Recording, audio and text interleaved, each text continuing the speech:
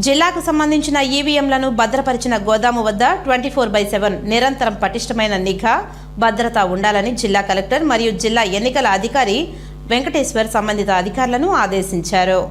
ఎన్నికల కమిషన్ ఆదేశాలు మార్గదర్శకాలు ఆదేశాల మేరకు త్రైమాసిక తనిఖీలలో భాగంగా తిరుపతి జిల్లా రేణిగుంట విమానాశ్రయం సమీపంలోని సెంట్రల్ వేర్ హౌసింగ్ గోడౌన్ నందు భద్రపరిచిన ఈవీఎంల గోదాంను బుధవారం రాజకీయ పార్టీ ప్రతినిధులతో కలిసి జిల్లా కలెక్టర్ తనిఖీ చేశారు.